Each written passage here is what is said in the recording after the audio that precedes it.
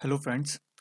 Last discussion में हमने BOP और हमारे फॉरेन एक्सचेंज को डिस्कस किया था। इसके बाद में जो आज हम डिस्कस करने वाले हैं वो है एफडीआई, मल्टीनेशनल कंपनीज और रोल ऑफ हमारा foreign capital in Indian economy. Basically ये सब जो पूरा कंटिन्यूशन है, आपके जो लास्ट हेडिंग है आपके सिलेबस की, उसी के में कंटिन्यूशन है। और इसके आगे जो टॉपिक बचे हैं वो आपकी इंटरनेशनल ऑर्गेनाइजेशन, जो कि नेक्स्ट जो हमारा डिस्कशन है उसके अंदर कंप्लीट हो जाएंगी। तो topic is foreign investment. Basically foreign investment आखिर होता क्या है और इसकी नीड क्यों पड़ती है। फॉरेन इन्वेस्टमेंट क्या होता है कि हमारी जो इकोनॉमी है वो डेवलपिंग इकोनॉमी है, विकासशील हमारी अर्थव्यवस्था है। डेवलपिंग इकोनॉमी का होने का मतलब उसके कुछ कैरेक्टरिस्टिक्स होते हैं डेवलपिंग इकोनॉमी के, जो हम डिस्कस कर भी चुके हैं। एक मेन कैरेक्टरिस्टिक है डेवलपिंग इकोनॉमी का कि यहाँ पे सेविंग्स कम होती हैं। यहाँ पे सेविंग्स कम होती हैं। सेविंग्स क्यों कम होती हैं? कि जो डेवलपिंग इकोनॉमी है वहाँ पे इकोनॉमिक एक्टिविटीज़ इतनी ज़्यादा होती नहीं है, लोगों के पास में रोज़गार कम होता है, लोगों के पास में पैसा कम होता है। तो जो थोड़ा बहुत भी पैसा उनको मिलता है वो उनकी रोज़मर्रा की चीज़ों में चला जाता है और वो सेव नहीं कर पाते उसको। जब सेव नहीं कर पाएंगे, अब सेव करने की इंपॉर्टेंस क्या होती है? आप अपना पैसा कहाँ सेव करते हैं? बैंक के अंदर सेव करते हैं। आप बैंक के अंदर अपना पैसा सेव करते हैं, उस पैसे से बैंक जो है वो फर्दर लोन देती है अलग अलग सेक्टर्स के अंदर। उन्हीं लोन पे डिपेंड करता है आपका सर्विस, आपके सारे के सारे इकोनॉमिक सेक्टर्स। क्यों? कोई भी इंसान अगर नया प्रोडक्शन स्टार्ट करना चाहेगा तो उसके पास, किसी के पास में इतनी पूंजी नहीं होती कि वो नया प्रोडक्शन अपने पास से पूरी से स्टार्ट कर पाए। तो इस केस के लिए वो क्या करता है, वो बैंक्स को अप्रोच करता है और फिर बैंक से पैसा लेता है। ठीक है? और बैंक्स पैसा कहाँ से देते हैं? बैंक्स पैसा देते हैं आपकी सेविंग्स पे से। ठीक है? और जब आपकी सेविंग्स ही नहीं होगी तो फिर बैंक्स इतना लोन नहीं दे पाएंगे। तो इस केस में क्या है कि जब बैंक्स इतना लोन नहीं दे पाते तो फिर रोल आता है फॉरेन इन्वेस्टमेंट का। बेसिकली फॉरेन इन्वेस्टमेंट क्या होती है कि आपकी कंट्री के अंदर डिफरेंट डिफरेंट इकोनॉमिक एक्टिविटीज़ चल रही हैं, लोग अलग अलग तरीके से प्रोडक्शन कर रहे हैं, सर्विसेज दे रहे हैं। ठीक है? इन्हीं इकोनॉमिक एक्टिविटीज़ के अंदर जब फॉरेनर्स आके अपना पैसा लगाते हैं और वो सब लोग इन सब इकोनॉमिक एक्टिविटीज़ को करते हैं, तो वही होती है हमारी foreign investment. For example India के अंदर डोमिनोज चल रहा है, मैकडोनल्ड्स चल रहा है। बेसिकली हो क्या रहा है कि आपकी जो सोसाइटी है उसके अंदर ये लोग आके अपनी चीज़ें बेच रहे हैं और आपसे पैसा बना रहे हैं। क्या ये चीज़ बुरी है? नहीं, ऐसा नहीं है। ये चीज़ हमेशा बुरी नहीं होती है। क्यों? क्योंकि जब आप इतने समर्थ नहीं हैं, आपके पास में इतना पैसा नहीं है, तो फिर आपको इनकी ज़रूरत पड़ेगी। ठीक है? तो फॉरेन इन्वेस्टमेंट बेसिकली होता क्या है कि आपकी डोमेस्टिक इकोनॉमी के अंदर कुछ फॉरेनर्स आके इन्वेस्ट करते हैं। वो आपके यहाँ पे प्रोडक्शन करते हैं, आपके यहाँ पे चीज़ें बनाते हैं, उन चीज़ों को आप ही की मार्केट में बेचते हैं और बाहर की मार्केट में भी बेचते हैं। इससे क्या होगा कि इससे आपकी जीडीपी ग्रोथ होगी, आपके लोगों को एम्प्लॉयमेंट मिलेगा और आपकी जो काफ़ी समस्याएं हैं वो इससे कम होंगी। और मेजर जो समस्या है आपकी वो ये है कि आपके पास सेविंग्स नहीं है आपकी नए प्रोडक्शन स्टार्ट करने की, अपनी इकोनॉमी को बूस्ट करने की। तो सेविंग्स ना होने की कंडीशन में आपको जो पैसे की कमी आ रही है वो पैसा आपको जो फॉरेन इन्वेस्टर्स देते हैं आपको आपको धंधा चालू करने के लिए। ठीक है? अब जो फॉरेन इन्वेस्टमेंट होते हैं वो बेसिकली दो तरीके के होते हैं। पहला है फॉरेन डायरेक्ट इन्वेस्टमेंट, दूसरा है foreign portfolio investment. Foreign direct investment को जो हम जानते हैं वो एफडीआई के नाम से जानते हैं, और फॉरेन पोर्टफोलियो इन्वेस्टमेंट जिसको हम कम जानते हैं वो है एफपीआई। ओके? तो जो हमारा पहला डिस्कशन है वो है फॉरेन डायरेक्ट इन्वेस्टमेंट के अंदर। फॉरेन डायरेक्ट इन्वेस्टमेंट क्या होती है कि जब कुछ फॉरेन इन्वेस्टर्स जो होते हैं, जो फॉरेन इन्वेस्टर्स होते हैं, वो हमारी इकोनॉमी के अंदर इन्वेस्ट करते हैं। और ये लोग जो जनरली इन्वेस्ट करते हैं वो करते हैं सेकेंडरी सेक्टर के अंदर, मतलब प्रोडक्शन के अंदर, जहाँ पे हो रहा है, जहाँ पे मैन्युफैक्चरिंग हो रही है। ये लोग जहाँ पे इंडस्ट्रियल वर्क हो रहे हैं, जहाँ पे कुछ मतलब टेंजिबल कुछ चीज़ हो रही है, यहाँ पे सॉलिड कोई फिजिकल कोई चीज़ हो रही है, अक्सर ये लोग वहीं पे इन्वेस्ट करते हैं, फॉरेन डायरेक्ट इन्वेस्टमेंट। ठीक है? और इनका जो ऑब्जेक्टिव होता है वो होता है लंबे समय तक इन्वेस्ट करना, लंबे समय तक इन्वेस्ट करना। ठीक है? जैसे एमआरएफ आके अपना टायर वगैरह बना रही है, इस तरीके की चीज़ें जो चल रही हैं इंडिया के अंदर, वो सब फॉरेन डायरेक्ट इन्वेस्टमेंट के अंदर आएंगी। ठीक है? फॉरेन डायरेक्ट इन्वेस्टमेंट क्या होती है कि जो कुछ फॉरेनर्स हैं, जो फॉरेन इन्वेस्टर्स हैं, वो आके आपकी इकोनॉमी के अंदर लंबे समय के लिए कुछ इन्वेस्टमेंट करते हैं। और वो इन्वेस्टमेंट किस प्रकार की होती है कि आके वो अपना पूरा का पूरा सेटअप जमाते हैं, या आप ही की कोई कंपनी के अंदर उसके साथ में इन्वॉल्वमेंट करते हैं, आप ही की किसी फैक्ट्री के साथ में इन्वॉल्वमेंट करते हैं और साथ में मिलकर कुछ नया करते हैं। इस केस में क्या होगा कि वो लोग क्या करेंगे, अच्छी टेक्नोलॉजी लेके आएंगे, अच्छी मशीन्स लेके आएंगे, इंडिया के अंदर प्रोडक्शन करेंगे तो भाई आप ही के लोग एम्प्लॉयड होंगे, इंडियंस ही एम्प्लॉयड होंगे उसके अंदर, अपना सामान इंडिया के अंदर बेचेंगे और इंडिया के बाहर भी बेचेंगे। ठीक है? तो पहला जो टाइप है एफडीआई, इसके फ़ायदे क्या हैं कि ये फॉरेन एक्सचेंज लेके आती है। फॉरेन एक्सचेंज कैसे लेके आती है कि वो लोग आएंगे, वो लोग डॉलर में इन्वेस्टमेंट करेंगे। ठीक है? तो वो जो डॉलर वो लेके आएंगे, वो डॉलर हमारा आरबीआई अपने पास रख लेगा और फर्दर उनको रुपी देके उससे फिर वो इंडियन मार्केट के अंदर इन्वेस्टमेंट करेंगे, तो इससे हमारा फॉरेन एक्सचेंज जो है रिजर्व है वो स्ट्रांग होगा। इसके अलावा वो टेक्नोलॉजी लेके आएंगे। अब कोई नई कंपनी इंडिया के अंदर, कोई बाहर विदेशी कंपनी इंडिया के अंदर अपना प्रोडक्शन खोल रही है, फॉर एग्जांपल किया है कार मैन्युफैक्चरिंग कंपनी, या एमजी हेक्टर है कार मैन्युफैक्चरिंग कंपनी, वो इंडिया के अंदर आके कार मैन्युफैक्चर करेगी, तो अपनी टेक्नोलॉजी लेके आएगी कि वो अपनी डोमेस्टिक कंट्री के अंदर किस तरीके से कार मैन्युफैक्चर करती है। ठीक है, और इस बीच में वो काफ़ी लोगों को एम्प्लॉयड करेगी। ठीक है, डोमेस्टिक इकोनॉमी के अंदर उसका कंट्रीब्यूशन होगा। इसके बाद वो क्रिएशन ऑफ जॉब्स होगा। ठीक है, और अक्सर जो एफडीआई आती है वो आती है सेकेंडरी सेक्टर के अंदर। किसके अंदर आती है? सेकेंडरी सेक्टर के अंदर। सेकंड जो कॉन्सेप्ट है हमारा वो है फॉरेन पोर्टफोलियो इन्वेस्टमेंट। उससे पहले एक बात हम जान लेते हैं कि जो एफडीआई है वो कुछ जो हमारे सेंसिटिव सेक्टर हैं, for example atomic, railway, chit fund, nidhi, lottery, bank, betting और कैसीनोज, इनके अंदर एफडीआई अलाउ नहीं है।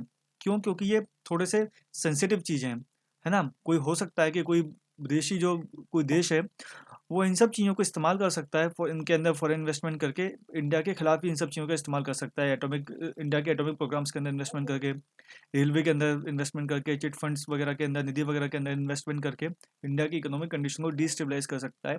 इसलिए इन सेक्टर्स के अंदर जो थोड़े से सेंसिटिव सेक्टर हैं उनके अंदर फॉरेन इन्वेस्टमेंट अलाउ नहीं है। So the second thing is foreign portfolio investment. So इससे पहले हम इसकी जो रूट्स हैं एफडीआई की वो डिस्कस कर लेते हैं। Routes to attract FDI. See, FDI मतलब बेसिकली जो फॉरेन इन्वेस्टर हैं वो इंडिया के अंदर किस तरीके से इन्वेस्ट कर सकते हैं, वही उसके रूट्स हैं। पहला जो तरीका है इंडियन इकोनॉमी के अंदर इन्वेस्ट करने का वो है ऑटोमेटिक रूट के थ्रू। ऑटोमेटिक रूट क्या होता है कि इस केस के अंदर किसी फॉरेन इन्वेस्टर को इंडिया के अंदर इन्वेस्टमेंट करने से पहले किसी भी मिनिस्ट्री की, किसी भी ऑफिस की परमिशन लेने की जरूरत नहीं है। वो डायरेक्ट आके इंडियन इकोनॉमी के अंदर इन्वेस्ट कर सकता है। ठीक है, यही होता है ऑटोमेटिक रूट। तो under this route no prior government approval is required. इसके अंदर आपको सरकार की पहले से कोई मंजूरी लेने की जरूरत नहीं है। ठीक है, आप इसके अंदर डायरेक्ट आके इन्वेस्टमेंट कर सकते हैं। और गवर्नमेंट जो है वो टाइम टू टाइम नोटिफाई करती है कि कौन कौन से सेक्टर्स ऐसे हैं जिसके अंदर आके आप डायरेक्ट इन्वेस्टमेंट कर सकते हैं। आपको पहले से कोई किसी तरीके की परमिशन लेने की ज़रूरत नहीं है। अब चूंकि ये सबसे ज़्यादा ओपन सेक्टर है, इसके अंदर कोई भी आके इन्वेस्टमेंट कर सकता है बिना सरकार की मंजूरी के, तो अक्सर जो एफडीआई आती है वो इसी सेक्टर के अंदर आती है। इसी वजह से इंडिया की जो 95% ऑफ टोटल एफडीआई जो इंडिया के अंदर है वो ऑटोमेटिक रूट से आती है। तो ऑटोमेटिक रूट क्या है? जिसके मतलब एक ऐसा इन्वेस्टमेंट जिसको करने से पहले आपको सरकार की अनुमति लेने की ज़रूरत नहीं है, आप डायरेक्ट आके इंडिया के अंदर इन्वेस्टमेंट कर सकते हैं, वो है ऑटोमेटिक रूट। दूसरा है गवर्नमेंट अप्रूवल रूट। अब कुछ जो थोड़े सेंसिटिव सेक्टर हैं उन सेक्टर्स के अंदर इन्वेस्टमेंट करने से पहले आपको एज अ फॉरेन इन्वेस्टर आपको इंडिया की जो कंसर्न मिनिस्ट्री या डिपार्टमेंट है उससे पहले आपको परमिशन लेनी पड़ेगी। उसके बाद आप उस सेक्टर के अंदर इन्वेस्टमेंट कर सकते हैं। ठीक है, ये सब जैसे कि अभी अभी हुआ था हमारे यहाँ पे चाइना के साथ में 2022 के अंदर 2020 के अंदर चाइना के साथ में एलएसी पे कुछ प्रॉब्लम क्रिएट हुई थी जिसमें हमारे काफ़ी सारे सैनिक शहीद हुए थे। तो तब हमारे चाइना के साथ में जो रिश्ते हैं वो बहुत ख़राब हो गए थे। तो उस समय पे गवर्नमेंट ने नोटिफाई किया था कि भारत की जो नेबरिंग कंट्रीज़ हैं वो ऑटोमेटिक रूट के अंदर इन्वेस्टमेंट नहीं कर सकती कुछ पर्टिकुलर सेक्टर्स के अंदर। तो फिर उनको गवर्नमेंट अप्रूवल रूट के अंदर ही इन्वेस्टमेंट करना पड़ेगा। ठीक है, क्यों? क्योंकि उस टाइम पे ये एक अंदेशा था कि जो चाइना कंट्री है वो ऑटोमेटिक रूट के तहत इन्वेस्टमेंट करके हमारी इकोनॉमी के अंदर हमारी इकोनॉमी को डिस्टेबलाइज कर सकती है। डिस्टेबलाइज कैसे कर सकती है? कि कोई फॉरेनर्स आपकी इकोनॉमी के अंदर बहुत ज़्यादा इन्वेस्टमेंट करें, ठीक है, और फिर उसको वापस ले ले, तो इससे आपकी इकोनॉमी क्या हो जाएगी? डिस्टेबलाइज हो जाएगी। ठीक है, तो गवर्नमेंट अप्रूवल रूट्स क्या होते हैं? कुछ ऐसे सेक्टर्स जो थोड़े सेंसिटिव होते हैं, तो वहाँ पे इन्वेस्टमेंट करने से पहले आपको सरकार की अनुमति लेना जरूरी होता है। तो ये है एफडीआई को अट्रैक्ट करने के तरीके, रूट्स टू अट्रैक्ट एफडीआई। पहला है ऑटोमेटिक रूट, दूसरा है गवर्नमेंट अप्रूवल रूट। ठीक है, कुछ एफडीआई के कैप्स भी होते हैं। कैप्स का बेसिकली मतलब है कि आप कितना परसेंटेज फॉरेन इन्वेस्टमेंट कर सकते हैं। कुछ सेक्टर्स ऐसे हैं जहाँ पे आप 100% इन्वेस्टमेंट कर सकते हैं, मतलब फॉरेनर्स इंडिया की इकोनॉमी के अंदर 100% तक इन्वेस्टमेंट कर सकते हैं। कुछ जो थोड़े से इंपॉर्टेंट सेक्टर हैं वहाँ पे आप 74% तक कर सकते हैं। कुछ जो थोड़े और ज़्यादा इंपॉर्टेंट सेक्टर हैं वहाँ पे 50% तक कर सकते हैं। ठीक है, तो ये उसके कैप्स होते हैं कि भाई किस सेक्टर के अंदर कितनी परसेंटेज फॉरेन इन्वेस्टमेंट अलाउ है। जिस सेक्टर के अंदर जितनी ज़्यादा फॉरेन इन्वेस्टमेंट अलाउ होगी उसके अंदर उतनी ज़्यादा फॉरेन इन्वेस्टमेंट आ सकती है।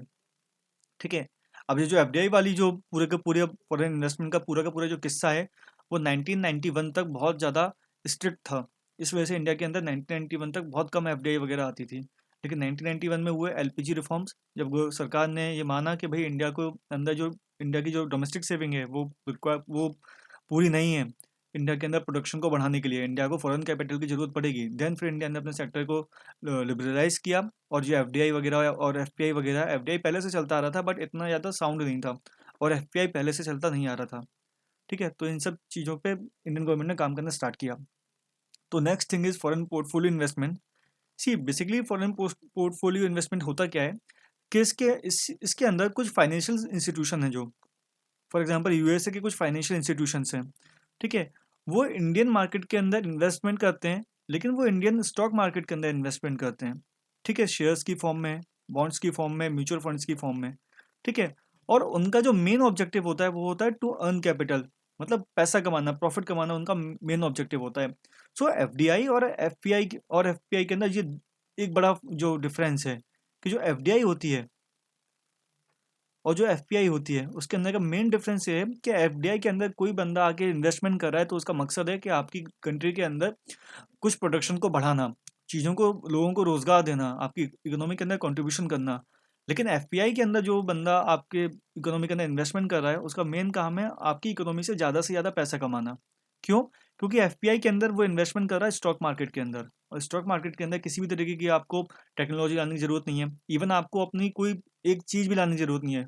ठीक है, फॉर एग्जाम्पल एफडीआई के अंदर इन्वेस्टमेंट का एग्जाम्पल क्या होगा कि कोई एक पर्सन ए आ रहा है, उसने आके इंडिया के अंदर अपनी फैक्ट्री लगाई, फैक्ट्री से उसने बहुत सारे लोगों को रोजगार दिया, उस फैक्ट्री के अंदर वो नई टेक्नोलॉजी लेके आया।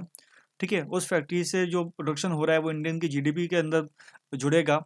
ठीक है, तो ये सब पॉजिटिव चीज़ें हो रही हैं इसके अंदर, ये सब पॉजिटिव चीज़ें हो रही हैं। टेक्नोलॉजी आ रही है, लोगों को रोजगार मिल रहा है, नई फैक्ट्री सेटअप हो रही है। ठीक है, तो जो एफडीआई के अंदर पैसा आ रहा है उसके अंदर पॉजिटिव चीज़ें हो रही हैं, और ये कैसा पैसा होगा? लॉन्ग टर्म का होगा। ठीक है, कोई कोई बंदा आके जब अपनी फैक्ट्री लगाएगा तो ऐसा नहीं है कि 2 दिन घाटा होने पे ही वो अपनी फैक्ट्री बंद करके चला जाएगा। उसने जब इतना लंबा इन्वेस्टमेंट किया है, फिजिकल चीज़ों पे उसने इन्वेस्टमेंट किया है, तो वो स्टे करेगा कुछ टाइम तक, है ना? वो सोचेगा कि शायद कल को ये चीज़ें सुधर जाएँ, अगर घाटा हो रहा है इन केस। लेकिन एफपीआई के अंदर क्या है? एफपीआई के अंदर कोई मिस्टर ए आएगा और वो देखेगा कि इंडिया के अंदर कौन-सा बिज़नेस अच्छा चल रहा है। ठीक है, फॉर एग्ज़ाम्पल टेलीकॉम सेक्टर अच्छा चल रहा है, तो वो क्या करेगा कि टेलीकॉम सेक्टर के अंदर अपने पैसे लगा देगा, कोई एग्जिस्टिंग कंपनी के अंदर ही। फॉर एग्जांपल जियो के अंदर उसने पैसा लगा दिया, जियो अच्छा चल रहा है। ठीक है, अब मिस्टर ए ने क्या कोई अपनी फैक्ट्री लगाई? क्या कोई टेक्नोलॉजी ट्रांसफ़र करी? क्या कोई नए लोगों को रोज़गार दिया? कुछ नहीं किया। उसने सिर्फ़ और सिर्फ़ एक जो पहले से ही जो एक कंपनी इंडिया के अंदर अच्छा परफ़ॉर्म कर रही थी, उसके अंदर अपना पैसा लगाया। जब तक वो अच्छा परफ़ॉर्म कर रही है, तब तक अपना पैसा वहाँ पे लगा रहने दिया और प्रॉफ़िट कमाता रहा। और कल को जब उसने कम परफ़ॉर्म करना स्टार्ट कर दिया, तो वहाँ से पैसा लगा के, वहाँ से पैसा निकाल के कहीं और लगा देगा। ठीक है, तो पोर्टफोलियो इन्वेस्टमेंट जो होता है वो बेसिकली पैसे कमाने के लिए होता है, प्रॉफिट मेकिंग इन्वेस्टमेंट होता है। ठीक है, तो it is very unstable type of investment, hence called hot money. इसको हॉट मनी भी कहते हैं। हॉट मनी क्यों कहते हैं? क्योंकि आज आपकी इंडियन मार्केट उनको अट्रैक्टिव लग रही है कि बहुत सारी कंपनी यहाँ पे अच्छा परफॉर्म कर रही हैं, इसमें खूब पैसा लगाओ। कल को उनको थोड़ा भी ऐसा लगेगा कि इंडियन मार्केट अच्छी परफॉर्म नहीं कर रही है और कोई और मार्केट और अच्छी परफॉर्म कर रही है, तो उनको बिल्कुल मिनट नहीं लगेगा अपने पैसा बाहर निकालने में। वो इंडियन मार्केट से पैसा बाहर निकाल के किसी और कंट्री के अंदर लगा देंगे। ठीक है, लेकिन क्या एफडीआई वाला ऐसा कर सकता है? नहीं कर सकता। क्यों? क्योंकि उसने अपना पूरा का पूरा इंतजाम जमा है यहाँ पे, उसने फैक्ट्री लगाई है यहाँ पे, वो मशीन्स लेके आया है, वो टेक्नोलॉजी लेके आया है। तो एफडीआई वाला बंदा ऐसा नहीं कर सकता। ठीक है, लेकिन एफपीआई वाला कर सकता है। क्यों? क्योंकि एफपीआई वाले ने कोई मशीन्स वगैरह नहीं लगाई, कोई प्रोडक्शन उसने नहीं लगाया है। उसने सिंपल एक इंडियन कंपनी के अंदर इन्वेस्टमेंट किया है, और जब तक वो कंपनी उसको फ़ायदा दे रही है तब तक वो इन्वेस्टमेंट अपनी वहाँ पे बरकरार रखेगा, और जब वो फ़ायदा नहीं देगी तो वो फिर वहाँ पे अपनी इन्वेस्टमेंट को भी बरकरार नहीं रखेगा। अब जो एफपीआई है, फॉरेन पोर्टफोलियो इन्वेस्टमेंट, उसके भी 2 प्रकार होते हैं। एक होता है एफआईआई, फॉरेन इंस्टीट्यूशनल इन्वेस्टमेंट, दूसरा होता है क्यूएफआई, क्वालिफाइड फॉरेन इन्वेस्टमेंट। ठीक है, तो ये चीज़ें क्या होती हैं इसको हम थोड़ा जान लेते हैं। बेसिकली फॉरेन इंस्टीट्यूशनल इन्वेस्टमेंट क्या होता है कि जब कुछ फॉरेन कंट्री के, फॉर एग्जांपल हम यूएसए की बात करें, तो यूएसए के कुछ बैंक्स हुए, ठीक है, कुछ बैंक्स हुए, कुछ पेंशन फंड्स हुए, म्यूचुअल फंड्स हुए, इंश्योरेंस कंपनीज होती हुई, तो ये सब मिलके एक ग्रुप बना लेती हैं, एक कंपनी बना लेती हैं, और अलग अलग इन्वेस्टमेंट करने की तरह की बजाय ये लोग साथ में मिलके किसी एक कंट्री के अंदर इन्वेस्टमेंट करती हैं। ठीक है, इस तरीके से जो कोई इन्वेस्टमेंट किसी दूसरी कंट्री के अंदर होता है तो उसको बोलते हैं फॉरेन इंस्टीट्यूशनल इन्वेस्टमेंट। ये एफपीआई का ही एक एग्जाम, मतलब एक टाइप है, फॉरेन पोर्टफोलियो इन्वेस्टमेंट का ही एक टाइप है। इसके अंदर बेसिकली क्या होता है कि इसके अंदर कोई फर्म्स जो हैं वो आपस में ग्रुपिंग करके साथ में इन्वेस्टमेंट करती हैं किसी एक कंट्री के अंदर, ठीक है। और एफपीआई का जो मेजर पार्ट है वो इसी से ही आता है, एफआईआई से। किससे आता है? एफआईआई से, यानी कि फॉरेन इंस्टीट्यूशनल इन्वेस्टमेंट। इसके अंदर क्या होता है कि जो कुछ फॉरेन के इंस्टीट्यूशंस हैं वो आपस में ग्रुपिंग करके हाइब्रिड मिक्स बना के, ठीक है, किसका? फॉरेन इंस्टीट्यूशंस का, वो किसी दूसरे इकोनॉमी के अंदर इन्वेस्टमेंट करते हैं, ठीक है। इसी के उल्टा दूसरा जो क्वालिफाइड फॉरेन इन्वेस्टमेंट है, इसके अंदर फर्म्स नहीं होती, इसके अंदर इंडिविजुअल्स होते हैं, ठीक है। ये यूएसए के कोई इंडिविजुअल है, कोई भी एक पर्सन है जो इंडियन मार्केट के अंदर इन्वेस्टमेंट करना चाह रहा है, तो वो डायरेक्ट आके एफपीआई के अंदर स्टॉक खरीद लेगा, ठीक है, शेयर्स खरीद लेगा, बॉन्ड्स खरीद लेगा, म्यूचुअल फंड्स खरीद लेगा, ठीक है। तो इस तरीके से कोई अगर पर्टिकुलर कोई एक इंसान या थोड़े बहुत इंसान मिलकर ग्रुप बना के जब ऐसा काम करेंगे तो उसे बोलेंगे क्यूएफआई, यानी क्वालिफाइड फॉरेन इन्वेस्टमेंट। और जब कंपनीज मिलकर ऐसा काम करेंगी तब उसको बोलेंगे फॉरेन इंस्टीट्यूशनल इन्वेस्टमेंट। ये अंतर है दोनों के अंदर, ठीक है। एफपीआई का जो मेजर पार्ट है वो फॉरेन इंस्टीट्यूशनल इन्वेस्टमेंट से ही आता है, क्योंकि अक्सर जो इन्वेस्टमेंट करती हैं वो फॉरेन इंस्टीट्यूशंस करती हैं, फर्म्स करती हैं, इंडिविजुअल्स बहुत कम इन्वेस्टमेंट करते हैं। नेक्स्ट जो टॉपिक है वो है पार्टिसिपेटरी नोट्स।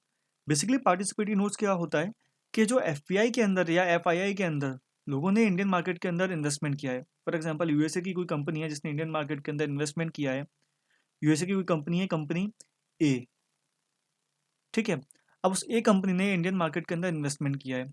अब यूएसए का कोई पर्सन है, मिस्टर बी, वो भी इंडियन मार्केट के अंदर इन्वेस्टमेंट करना चाहता है, ठीक है। लेकिन वो उसको इतनी जानकारी नहीं है कि इन्वेस्टमेंट इंडियन मार्केट के अंदर किस तरीके से इन्वेस्टमेंट होता है, कितनी क्या फॉर्मेलिटीज़ हैं, क्या क्या उसके नियम कानून हैं, ठीक है। लेकिन जो कंपनी ए है उसका तो काम ही यही है इंडियन मार्केट के अंदर इन्वेस्टमेंट करना, तो वो तो काफ़ी ज़्यादा नोन है इंडियन मार्केट से। तो जो मिस्टर बी हैं वो क्या कहेंगे कंपनी से कि आप एक काम करो, अपने आपने जो इंडियन मार्केट के अंदर कुछ इन्वेस्टमेंट करी है, जैसे कि आपने अगर 100 शेयर खरीदे इंडियन मार्केट के अंदर, तो उसमें से 10 शेयर मुझे दे दो, ठीक है। तो इस कंडीशन के अंदर क्या होगा कि मिस्टर ए जो है वो इनडायरेक्टली इंडियन मार्केट के अंदर इन्वेस्टमेंट कर लेंगे। वो किससे शेयर खरीदेंगे? वो कंपनी ए से खरीदेंगे, ठीक है।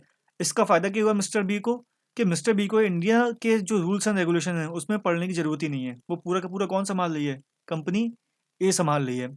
और कंपनी ए को क्या फ़ायदा होगा कि उसने अगर कोई एक शेयर 100 रुपये का बाई किया है, तो वो बी को 105 रुपीज़ का दे देगी, यानी 5 रुपये का प्रॉफिट उसने ये कमा लिया, ठीक है। लेकिन जो इंडियन गवर्नमेंट है उसकी नज़र में वो जो शेयर है 10% शेयर, वो अभी भी किस पे है? मिस्टर कंपनी ए पे ही है, वो मिस्टर बी पे नहीं है, ठीक है। तो जो कंपनी जो फिजिकल जो शेयर होता है पार्टिसिपेटरी नोट्स के अंदर, वो मेन कंपनी पे ही होता है जिसने इंडियन मार्केट से शेयर बाय किया है। लेकिन वो जो कंपनी ए है वो कंपनी बी को एक नोट जारी करती है जिसे बोलते हैं पार्टिसिपेटरी नोट, जिसे बोलते हैं पार्टिसिपेटरी नोट, ठीक है। तो बेसिकली वो एक एश्योरेंस है, वो एक तरीके से एक डील है जिसमें क्या है कि जो फिजिकल जो पोजीशन होता है शेयर का वो कंपनी ए के पास ही रहेगा, लेकिन उसकी जो वैल्यू है उससे जो क्रिएट होगी वो जाएगी किसके पास? बी के पास जाएगी। तो इससे हो क्या रहा है, जो मिस्टर बी हैं वो इंडियन मार्केट के अंदर इन्वेस्टमेंट कर सकते हैं कंपनी ए के थ्रू, ठीक है। वो कंपनी ए से कंपनी ए के शेयर में से कुछ शेयर्स खरीद लेंगे और फिर उससे उस पर जो भी घाटा या फ़ायदा होगा वो मिस्टर बी का होगा, ठीक है। लेकिन वो जो 10 शेयर हैं वो नाम किसके होंगे? अभी भी कंपनी ए के ही नाम होंगे, लेकिन उसका जो घाटा या मुनाफा जो होगा वो किसके पास जाएगा? मिस्टर बी के पास जाएगा। तो इससे जो मिस्टर बी है वो इंडियन रेगुलेशन से बच गए, इंडिया के रूल्स वगैरह इन सब चीज़ों के अंदर आने से बच गए, ठीक है। नेक्स्ट टॉपिक है Tobin tax. Basically Tobin tax क्या होता है कि जैसे कि हमने बात करी एफपीआई की, एफपीआई को हमने बोला हॉट मनी। हॉट मनी क्यों बोला हमने? क्योंकि ये कभी भी जा सकती है ना। कोई फॉरेन इन्वेस्टर्स को लगा कि भाई आज इंडियन इकोनॉमी इतनी ज़्यादा साउंड नहीं है, इतनी अच्छे से परफॉर्म नहीं कर रही, तो वो कल को हाल पैसे निकाल लेगा और दूसरी किसी कंट्री में लगा देगा, ठीक है। तो जेम्स टोबिन ने इस चीज़ से बचने का एक आइडिया दिया, ठीक है। उसने एक टैक्स प्रपोज किया। उसने क्या किया? एक टैक्स प्रपोज किया। उसने बोला कि आपकी इकोनॉमी के अंदर से जब भी कोई पैसा निकाले तो उस पर हैवी टैक्स लगाओ। उससे क्या होगा कि वो थोड़ा रुकेगा। फॉर एग्जांपल किसी बंदे ने अगर इंडियन इकोनॉमी के अंदर एफपीआई के थ्रू इन्वेस्ट किया है, ठीक है, तो उसे लग रहा है कि इंडियन इकोनॉमी इतनी अच्छी परफॉर्म नहीं कर रही है, तो वो हाल पैसा निकालेगा। लेकिन अगर आपने बहुत हैवी टैक्स लगा दिया है पैसा निकालने के ऊपर, पैसा विड्रॉ करने के ऊपर, तो फिर वो थोड़ा सोचेगा कि यार रुक जाओ, हो सकता है कि अभी परफॉर्म करने लगे। क्यों? क्योंकि मैं अगर अभी निकाल लेता हूँ तो मुझे बहुत सारा टैक्स चुकाना पड़ेगा, ठीक है। तो इसी टैक्स को बोला जाता है टोबिन टैक्स। लेकिन ये जो टैक्स है वो कोई कंट्री प्रेफर नहीं करती है। क्यों? क्योंकि इससे आपके यहाँ की इन्वेस्टमेंट भी तो कम हो जाएगी। कोई आपकी कंट्री के अंदर फिर पैसा लगाएगा ही क्यों, जब उसको ये मालूम है कि भाई जिस जगह से पैसा निकालना मुश्किल है उस जगह पैसा लगाना ही क्यों है। ठीक है। तो टोबिन टैक्स एक टैक्स है जो कि प्रपोज किया था जेम्स टोबिन ने, जिसका मकसद था कि जो हॉट मनी का जो ट्रांजेक्शन है, यानी एफपीआई के थ्रू जो ट्रांजेक्शन हो रहे हैं, जो अचानक से किसी कंट्री के अंदर बहुत सारा पैसा आता है फिर अचानक से बहुत सारा पैसा निकल जाता है, इस चीज़ को रोकने के लिए। लेकिन कोई भी कंट्री इसको प्रेफर नहीं करती है, क्योंकि इससे क्या होगा कि फिर इन्वेस्टमेंट होना मुश्किल हो जाएगी। आपके यहाँ के जो रूल्स हैं वो बहुत स्ट्रिक्ट साउंड करने लगेंगे और जो फॉरेन इन्वेस्टर्स हैं वो आपके यहाँ पे इन्वेस्टमेंट नहीं करेंगे। तो ये था टोबिन टैक्स। इसके बाद में आता है रोल ऑफ फॉरेन कैपिटल। अब फॉरेन कैपिटल का रोल क्या होता है किसी भी इकोनॉमी के अंदर, फॉरेन कैपिटल आखिर क्यों जरूरी है। सी, पहला रोल जो हमने डिस्कस किया वो ये है, जो हम पहले भी डिस्कस कर चुके हैं, वो ये है कि इन डेवलपिंग कंट्रीज, जो डेवलपिंग कंट्रीज के अंदर जो डोमेस्टिक कैपिटल होती है, उनकी खुद की जो कैपिटल होती है वो बहुत कम होती है। क्यों? क्योंकि सेविंग्स इतनी नहीं होती हैं। तो जो विकासशील देश हैं उनकी खुद की जो पूंजी होती है वो बहुत कम होती है, क्योंकि वहाँ पे सेविंग्स कम होती हैं। और पूंजी कम होने से क्या होगा कि पूरी तरीके से धंधे नहीं बढ़ पाएंगे। जब पूंजी कम है तो आप धंधा कैसे बढ़ाओगे, आप कोई नई चीज़ स्टार्ट कैसे करोगे। ठीक है। तो इस केस के अंदर फॉरेन कैपिटल हमारे काम आती है, कि जो फॉरेन इन्वेस्टर्स हैं वो आके हमारे यहाँ पे अपनी इन्वेस्टमेंट करते हैं और उससे के थ्रू हम अपने धंधे को आगे बढ़ाते हैं। तो ये पहला एडवांटेज हुआ फॉरेन कैपिटल के रूल का। ठीक है। दूसरा एडवांटेज क्या है फॉरेन कैपिटल का, कि इससे रेवेन्यू जनरेशन होता है सरकार को। रेवेन्यू जनरेशन कैसे होगा, कि कोई फॉरेन इन्वेस्टर आके इंडिया के अंदर इन्वेस्टमेंट कर रहा है, वो कोई प्रोडक्शन कर रहा है। अब प्रोडक्शन पे तो सरकार टैक्स लगाती है ना, कोई चीज़ बन रही है वो मार्केट के अंदर बेच रही है तो उस पर तो इनडायरेक्ट टैक्स लगेगा ही। ठीक है। उसके थ्रू जो लोग एम्प्लॉयमेंट जनरेशन हो रहा है उस पर भी टैक्स लगेगा। ठीक है। तो सरकार क्या करती है, तो जो फॉरेन इन्वेस्टमेंट आ रहा है, ठीक है, उससे जो टैक्स जनरेट होता है उससे सरकार का रेवेन्यू जनरेट होता है। ठीक है। तो ये दो हमने जो एडवांटेज हैं वो फॉरेन कैपिटल के पढ़े। पहला क्या, कि जो हमारी सेविंग्स का जो गैप है उसको ये फुलफिल करती है। दूसरा, इससे रेवेन्यू जनरेशन होता है। तीसरा, इससे हमारा फॉरेन एक्सचेंज रिजर्व हेल्दी बना रहेगा। कैसे बना रहेगा, क्योंकि कोई भी फॉरेनर आके इंडियन मार्केट के अंदर जब इन्वेस्टमेंट करेगा तो वो डॉलर लेके आएगा। ठीक है। लेकिन डॉलर में तो इन्वेस्टमेंट वो कर नहीं सकता, तो उस डॉलर को आरबीआई ले लेगी और उसके बदले उसको इंडियन रुपी दे देगी। तो बेसिकली आरबीआई के पास क्या आ गया, डॉलर आ गया, फॉरेन करेंसी आ गई। तो इससे हमारा जो फॉरेन करेंसी रिजर्व है वो हमेशा हेल्दी रहेगा। अब फॉरेन करेंसी रिजर्व अगर हेल्दी रहेगा तो हमने जो इम्पोर्ट्स के बिल हैं वो अच्छे से चुका पाएंगे। तो चौथा हमारा एडवांटेज हुआ टू पे द बिल ऑफ इम्पोर्ट्स। पांचवा क्या हुआ, कि जब कोई इंसान फॉरेन इन्वेस्टमेंट जब इंडिया के अंदर आएगी तो उससे इंडिया की जीडीपी बढ़ेगी, इंडिया के अंदर इकोनॉमिक एक्टिविटीज़ बढ़ेंगी और फिर अल्टीमेटली जॉब क्रिएशन होगा। और उसके बाद में एक और एडवांटेज जो है वो है ट्रांसफर ऑफ टेक्नोलॉजी। क्या होगा, टेक्नोलॉजी का ट्रांसफर होगा। ठीक है। तो ये कुछ एडवांटेज हैं फॉरेन कैपिटल के। कुछ थोड़े बहुत नेगेटिव भी हो सकते हैं। नेगेटिव भी क्या क्या हो सकते हैं, कि अल्टीमेटली ये भी एक क्या है, एक लाइबिलिटी है, क्योंकि जो भी व्यक्ति इंडिया के अंदर पैसा लगा रहा है किसी दिन तो वो निकाल ही लेगा। ठीक है। और इससे जो प्रॉफिट आ रहा है वो तो उसको उसी के पास जा रहा है। ठीक है। तो प्रॉफिट जा रहा है। ठीक है। अल्टीमेटली वो पैसा निकल सकता है।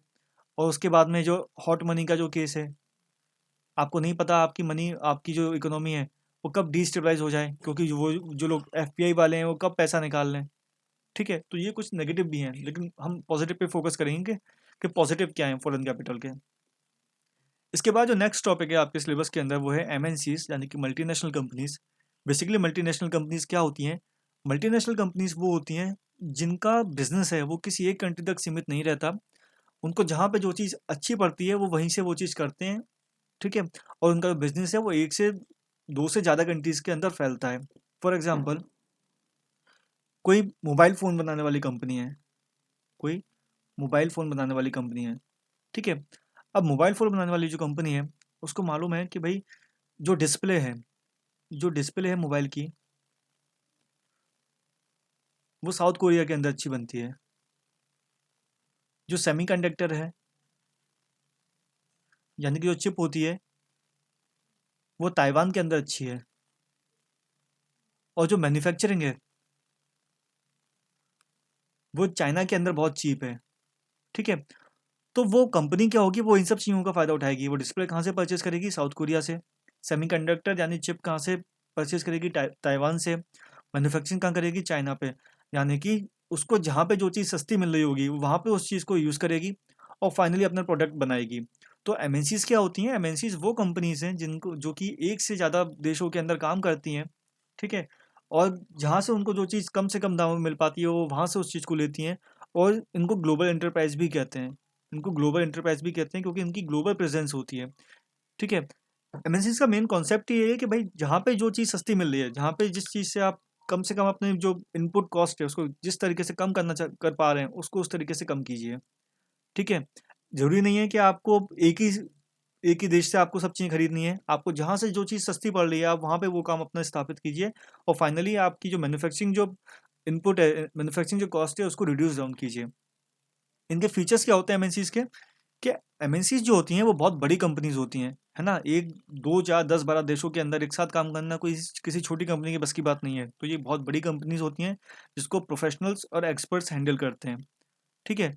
इनका जो अल्टीमेट कंट्रोल होता है वो उनकी होम कंट्री के अंदर होता है।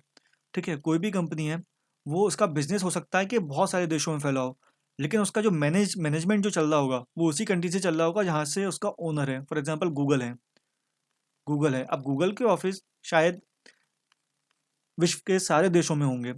ठीक है। हमारे इंडिया के अंदर कितने सारे गूगल के ऑफिस होंगे बेंगलोर वगैरह के अंदर, लेकिन जो उसका अल्टीमेट कंट्रोल होगा वो कहाँ से हो रहा होगा? यूएसए की सिलिकॉन वैली से। कहाँ से हो रहा होगा? यूएसए से। ठीक है। तो जो अल्टीमेट कंट्रोल होता है एमएनसीज का वो उनकी होम कंट्री के अंदर होता है। उसके बाद इनके पास ह्यूज एसेट्स होते हैं और बहुत बड़ा टर्नओवर होता है। ठीक है। इनके एसेट्स जो होते हैं वो बहुत ज़्यादा होते हैं, इनका जो टर्नओवर होता है वो बहुत ज़्यादा होता है क्योंकि ये बहुत बड़ी लेवल की कंपनीज होती हैं। ठीक है। और ये एडवांस टेक्नोलॉजी को यूज़ करती हैं। ये किसको यूज़ करती हैं? एडवांस टेक्नोलॉजी को। क्यों? क्योंकि ये हमेशा R&D यानी कि रिसर्च एंड डेवलपमेंट पे बहुत पैसा खर्च करती हैं। क्योंकि अगर रिसर्च नहीं करेंगी तो फिर जो कॉम्पिटिशन से बाहर होती जाएंगी। ठीक है। जैसे कि नोकिया है। नोकिया स्टैग्नेंट होकर रह गया, उसने ज़्यादा रिसर्च वगैरह पे काम नहीं किया, तो अल्टीमेटली आज मोबाइल फ़ोन की कंपनी से नोकिया जो इतना बड़ा ब्रांड था वो आज बाहर हो चुका है। ऑलमोस्ट बाहर हो चुका है। ठीक है। तो ये एमएनसीज के कुछ एग्जांपल्स हैं, उसके कुछ कैरेक्टरिस्टिक्स हैं। इसके बाद में कंसर्न्स विद एमएनसी, मतलब एमएनसी के साथ में क्या बुराइयां जुड़ी हुई हैं। पहली बुराई ये है कि ये जो गवर्नमेंट होती है उसकी पॉलिसीज़ को अपने फेवर में करती हैं। गवर्नमेंट को कंपेल करती हैं कि वो अपनी जो पॉलिसीज़ हैं वो एमएनसीज के फेवर में बनाएं। जैसे कि कुछ देश ऐसे हैं, कुछ अफ्रीकन देश ऐसे हैं या बहुत से देश ऐसे हैं जिनकी जो जीडीपी है टोटल वो कुछ कुछ एमएनसी से भी कम है। मतलब कुछ कुछ एमएनसी का टर्नओवर कुछ कुछ कंट्रीज की जीडीपी से भी ज़्यादा है। ठीक है। तो इस केस के अंदर वो जो एमएनसीज हैं वो कंपेल करती हैं वहाँ की सरकारों को कि वहाँ के जो रूल्स हैं वो थोड़े से लूज रखें। रूल्स हैं वो थोड़े से लूज रखें। क्यों? क्योंकि अगर रूल्स अगर लूज नहीं होंगे तो वो ज़्यादा से ज़्यादा प्रॉफिट नहीं कमा पाएंगी। अब कोई कंट्री है, यहाँ पे बहुत स्ट्रिक्ट लेबर लॉज हैं कि भाई वहाँ पे जो लेबर है वो 6 घंटे से ज़्यादा काम नहीं करेगी। ठीक है। वहाँ पे आप कोल से यानी कि कोयले से एनर्जी नहीं बना सकते। ठीक है। वहाँ पे आप अगर आपकी जो आउटपुट है, आपका जो आपका आउटपुट है उसका कंपनी का, उसको आप खुले में नहीं छोड़ सकते, वो पॉल्यूटिंग हो रही है, उससे पॉल्यूशन होता है। ठीक है। तो किसी कंट्री के अंदर अगर इतने स्ट्रिक्ट रूल हैं कि वहाँ की लेबर 6 घंटे से ज़्यादा काम नहीं करेगी, ठीक है, और 6 घंटे भी काम करेगी तो उनका वेज फिक्स है कि इससे कम उनको पैसे नहीं दिए जा सकते। ठीक है। वहाँ पे आप कोल से एनर्जी नहीं बना सकते, वहाँ पे आप पोल्यूशन वगैरह नहीं कर सकते। तो क्या कोई एमएनसी वहाँ पे जाएगी? नहीं जाएगी। ठीक है। तो जो एमएनसी होती हैं वो बड़ी कंट्रीज़ को तो कंपेल नहीं कर पाती हैं, मतलब बड़ी कंट्रीज़ को तो वो नहीं झुका पाती अपने फेवर में, लेकिन जो छोटी छोटी कंट्रीज़ हैं वो उनको अपने फेवर में झुकाती हैं। और छोटी कंट्रीज़ भी इसलिए झुक जाती हैं कि भाई कुछ नहीं तो हमारे यहाँ पे एमएनसीज आके काम करेंगी, हमारे लोगों को रोज़गार मिलेगा, हमारे लोगों को हमारी इकोनॉमी ग्रोथ होगी। ठीक है। तो वो अपने रूल्स को जो है वो लूज़ रखती हैं, तो वहाँ पे लेबर लॉज बहुत लूज़ होते हैं, इन्वायरमेंटल कंसर्न इतना होता नहीं है। ठीक है। दूसरा क्या है, ये बहुत बिग हो जाती हैं साइज़ में और गवर्नमेंट को अपनी पॉलिसीज़ को डिक्टेट करती हैं, है ना। लगभग ऑलमोस्ट सेम है दोनों। तीसरा क्या है, easily shift their operation to other countries. अगर उनको एक कंट्री के अंदर अपना प्रोडक्शन अगर महंगा लगने लगा तो वो दूसरी कंट्री के अंदर इजीली शिफ्ट हो जाती हैं। ठीक है। तो उनको ज़्यादा दिक्कत नहीं आती क्योंकि उनको उनका ग्लोबल ग्लोबल प्रेजेंस है, उनको पता है कहाँ पर किस हिसाब से कितना ज़्यादा मार्जिन है, तो उनको इतनी दिक्कत नहीं आती है। वो ईजिली अपना जो प्रोडक्शन है वो शिफ्ट कर लेती हैं। कल को अगर इंडिया के अंदर उनको लग रहा है कि कोई चीज़ की कॉस्ट ज़्यादा पड़ रही है, वहाँ पे लेबर का चार्ज बढ़ गया है, ठीक है, तो फिर अपने ऑपरेशंस को किसी और कंट्री के अंदर शिफ्ट कर लेंगी। ठीक है। उसके बाद में ये लोकल बिजनेस को डिस्ट्रॉय करती हैं, है ना। अब कोई बड़ी कंपनी आ रही है, वो मशीन से प्रोडक्शन कर रही है, तो अल्टीमेटली उसका जो प्रोडक्ट होगा वो थोड़ा चीप होगा। और लोकल जो कंपनी काम कर रही है वो ह्यूमन लेबर उसके अंदर ज़्यादा इन्वॉल्व है, तो उसका जो प्रोडक्ट बन के आएगा वो थोड़ा सा एक्सपेंसिव होगा। तो अल्टीमेटली लोग किस पे जाएंगे? चीप वाले प्रोडक्ट पे जाएंगे। ठीक है। और जो इस तरीके से जो एमएनसीज हैं वो जो लोकल बिजनेस जो हमारा है उसको डिस्ट्रॉय करेंगी। So the next thing is concern in respect of India. India के रिस्पेक्ट में एमएनसीज के साथ में क्या क्या चैलेंजेस है। सी, पहला चैलेंजेस ये है कि एमएनसीज प्रोडक्शन से ज़्यादा एक्विजिशन पे काम करती हैं, एक्विजिशन और मर्जर्स पे काम करती हैं। अगर कोई कंपनी आके, कोई विदेशी कंपनी आके आपके यहाँ पे आके प्लांट लगा रही है, आपके यहाँ पे आके लोगों को रोजगार दे रही है, तो ये तो बहुत अच्छी बात है। लेकिन कोई विदेशी कंपनी आके आपकी छोटी कंपनी को खरीद रही है और उसी को आगे बढ़ा रही है, तो वो इतनी अच्छी बात नहीं है। वो आपके डोमेस्टिक जो मैन्युफैक्चरिंग सेक्टर है उसको ख़त्म कर रही है और नया कुछ कर नहीं रही। ठीक है, तो बेटर है कि कोई कंपनी आके अपना खुद का नया काम स्टार्ट करे, इसकी तुलना में कि वो पुराने काम को हड़प ले, जैसे कि वॉलमार्ट ने किया। वॉलमार्ट के ऊपर एक ये आरोप लगता है कि वो आके क्या करती है कि छोटे छोटे जो बिजनेसमैन हैं उनको ख़त्म कर देती है ना, उनको खरीद लेती है। ठीक है, दूसरा कि ये आप ही की कंट्री से फाइनेंशियल रिसोर्सेज जनरेट करते हैं। ठीक है, अब भाई कोई कंट्री है वो एक्सपेक्ट क्यों करती है, वो एमएनसी से क्या एक्सपेक्ट करती है कि वो पैसा लेके आए और यहाँ पे प्रोडक्शन करे। लेकिन एमएनसी क्या करने लगे कि वो यहीं पे आके प्रोडक्शन करे और यहाँ का जो पैसा आ रहा है उसी को यहीं के यहीं लगाती रहे, इसकी बजाय कि अपना खुद का पैसा लेके आए। ठीक है, तो इससे आपका जो पर्पस था, क्या पर्पस था आपका कि सेविंग नहीं है हमारे यहाँ पे, तो प्रोडक्शन नहीं हो पा रहा है, तो वो पर्पस तो डिफीट हो जा रहा है।